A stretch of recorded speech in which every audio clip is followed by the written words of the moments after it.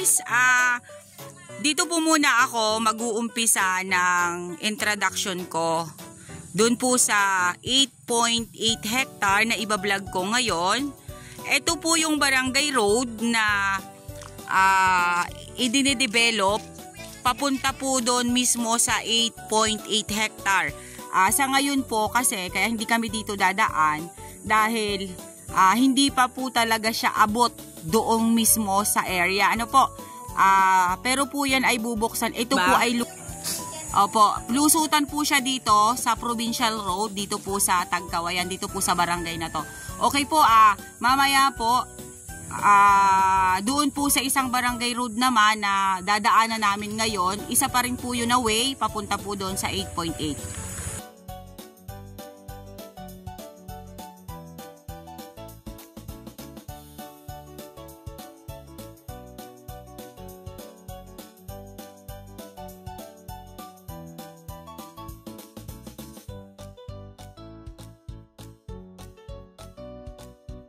Hi guys! Welcome po ulit sa aking YouTube channel, Quezon Province Realty TV. Okay, it's me again, Miss Geraldine Villarasa.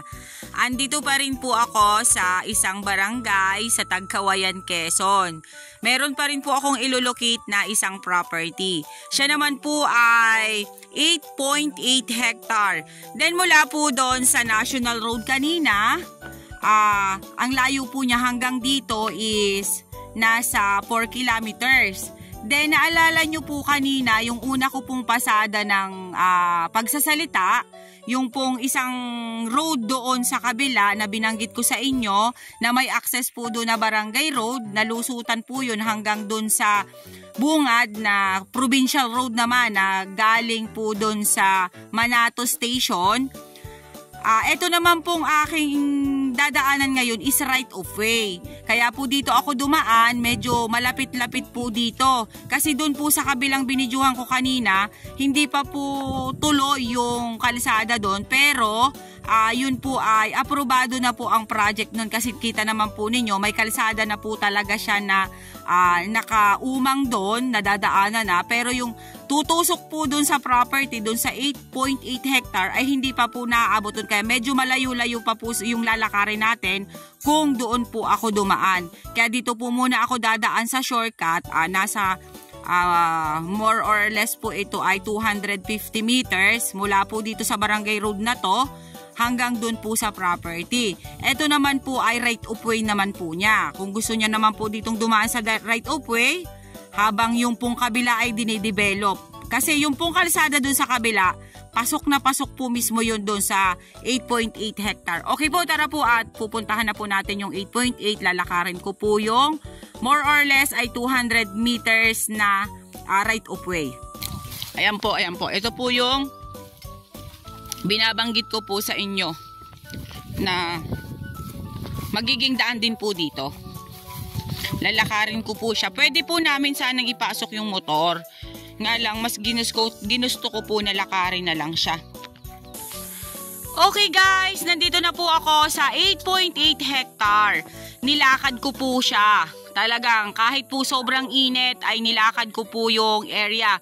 Nilakad po namin ng 10 minutes. Yung 10 minutes pong yun ay maraming pahinga. Kasi talaga pong hindi kakayanin sa sobrang init. Pero yung dinaanan po namin kanina, dati po pala ay may minahan dito ng carbon. Yung dinaanan namin kaninang kalsada na papasok dito sa property, yung pong pinag-umpisahanan ko na sabi ko po ay right of way, ay yung po pala ay dating pwede road. Nung panahon na nag-ooperate pa po yung mina ng carbon dito po sa area. Kaya po yung kalsada na yun, yung pwede road na yun, dinadaanan po talaga ng mga sasakyan, ng mga truck. Yung pong dinaanan namin ngayon. Kaya pwede po siyang buhayin pag ito pong property na to ay nabili. Then doon naman po sa una kong vlog kanina sa inyo, yung una ko pong pasada ng video ko, ay talagang tatamaan po ng barangay road yung 8.8 hectare. Nga lang po ay syempre, nabanggit ko na po sa inyo na hindi pa po talaga naaabot doon yung kalsada. Pero siya po ay pasado na. Kumbaga po ay pasado na sa request nila na gagawin po talagang kalsada yon. Kasi lusutan nga po siya doon sa provincial road na inumpisahanan ko kanina. Okay po, ipapakita ko na po sa inyo ang 8.8 hectare na napakamura dito po sa Tagkawayan, Quezon. Okay po, ayan po. Dito pa lang po sa bungad, masasabi ko na po sa inyo na flat. Flat na flat po talaga yung area. Dangan nga lang po talaga ay halos po'y kakaunti na ang tanim. Ayan, yung mga kahoy na yan po ay mga batino. Then, wala po tayong problemahin about sa electricity. Kasi ayan po mismo ang kable ng kuryente. Kahit po 10 minutes ko siyang nilakad, may kuryente po siya mismo dito sa area. Yang malaking punong pong yan ng manggang kalabaw to kuya? Okay, manggang kalabaw po ay kasama na po yan sa area, doon sa 8.8 hectare. Mamaya po natin titingnan doon sa paloob na yon kasi may mga nyug doon. Yan. Eto pa po. Yan, mga batino po ang nakikita kong kahoy dito. Tas ayan pa rin po, mangga pa rin po yan. Flat po itong area na dinadaanan ko. Then, eto pong kabilang side na to, tingin ko po ay flat din eh. Madamo lang po talaga siya. Then, ayan, may fruit bearings na po akong nakita. Meron na pong duhat. Then, ayan po ang property. 8.8 hectare. Nasa 85% flat po ito. Wag na po nating damihan. Baka po magkulang ako dun sa babanggitin ko. 85% flat na lang po. Tapos yung pong sobra nun ay medyo paslant lang po siya ng konti. Yan, mga batino po ang nandito. Pero talagang wala na po akong makitang mga nyog na marami. Ano po? Ayan, may antipolo po dun sa side na yon. Sa bagay po, ang 8.8 hectare ay napakalaki po niyan. Kaya po hindi po imposible na walang sapa. Sabi po nila, may sapa po dito sa area.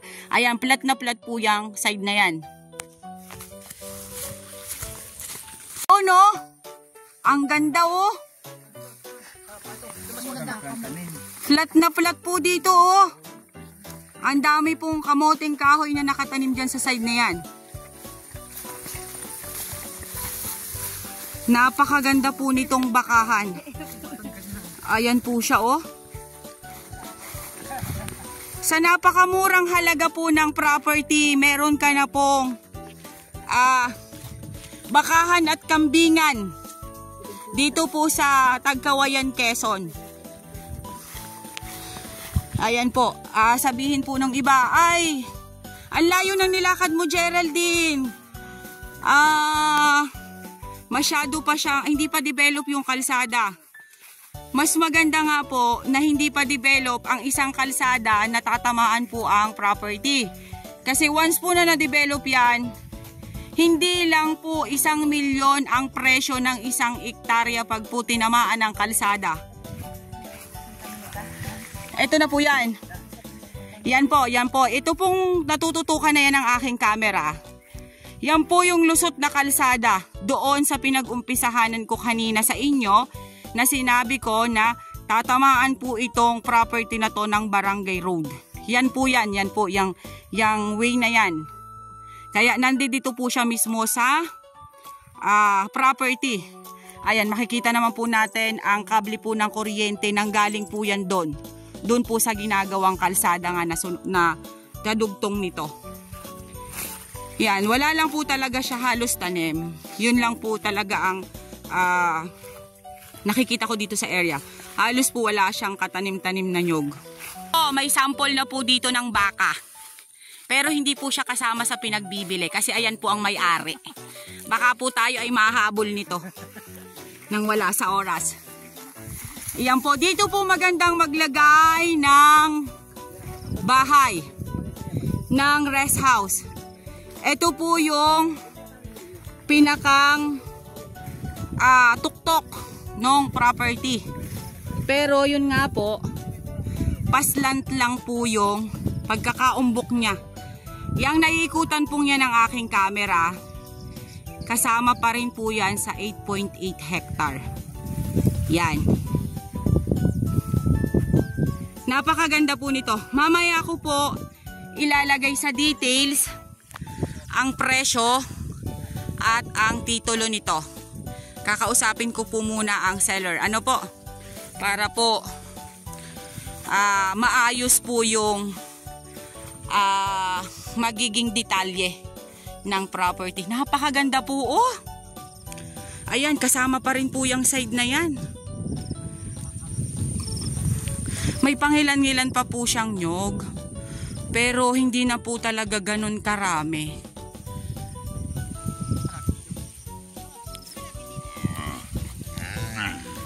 Napakaganda po niya, oh. Napakaganda po nitong poultry din. Nito pong area na to. Suspantayin po talaga. Wala po akong masabi sa area. Napakaganda po nung property. Yun nga lang po talaga, kayo na lang po ang mag-i-improve nito.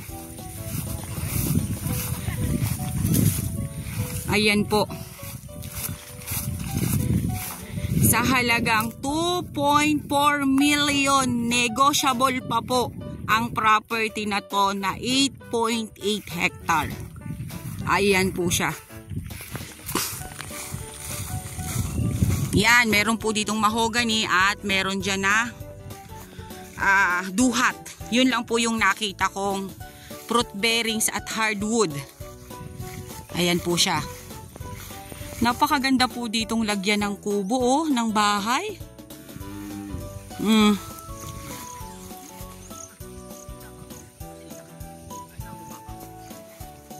Baka dito at kambing. Opo. Yan yung may patay na buli na yun, kuya. Ayan, hanggang dyan po sa side na yan. Ayan po. Ayan po, yan po ay kasama pa rin po ng 8.8 hectare. Kaya po talagang iikutin po ito ng napakabongga. Ano po? Okay po, yan pong naiikutan na yan ng aking camera. Kasama pa rin po yan sa 8.8 hectare. Talaga pong hindi biro po ang sukat na yan. Talagang napakalaki po niyan. Hindi po natin kayang ikutin niya ng isang araw lang. Kuya, may palayan? Ay, hindi siya palayan. Ay, sorry po, hindi po siya palayan. Siya po ay patag po yung side na yon. Then, ganun din po yun. Patag lang po siya. Kala ko po palayan. Yung pong mga, may tawag po dito, amorsiko. Amorsiko po pala yung mga nakikita kong yun. Napakaganda po ng area talaga, promise. Ayan po, oh. Sa halagang ganong presyo po, meron ka ng farm na pwede mong paglagyan na ng baka, kambing, pwede mong pagtaniman ng mga prutas na madaling mamunga, pwede nyo pong pagtaniman ng mga nyog, pwede ka po ditong mag-poultry. Napakaganda po nung area. Ayan po siya, oh. Susme, napakaganda, oh. Yun lang po talaga. Hassle pa po sa ngayon ang pagpunta dito sa area. Pero kung talaga pong mabibili po itong property na to, i-request po namin nung agent ko po dito na sudsulin itong daan papunta po dito sa area para po makapasok ang sasakyan. Kasi dati po siyang PD road eh. Habang hindi pa po ginagawa yung kalsada po doon sa kabila, yung pinag-umpisahan ko kanina doon sa kabilang barangay, pwede pong ito po muna yung maging access natin. Ipapasudsud po natin, ipare-request po natin para po makapasok ang sasakyan papunta po dito sa area. Okay guys, sabihin nyo na po ang property namin. Dito po ito sa Tagkawayan, Quezon. 8.8 hectare along Barangay Road na hindi pa po siya talaga totally develop. Yung kalsada papunta po dito.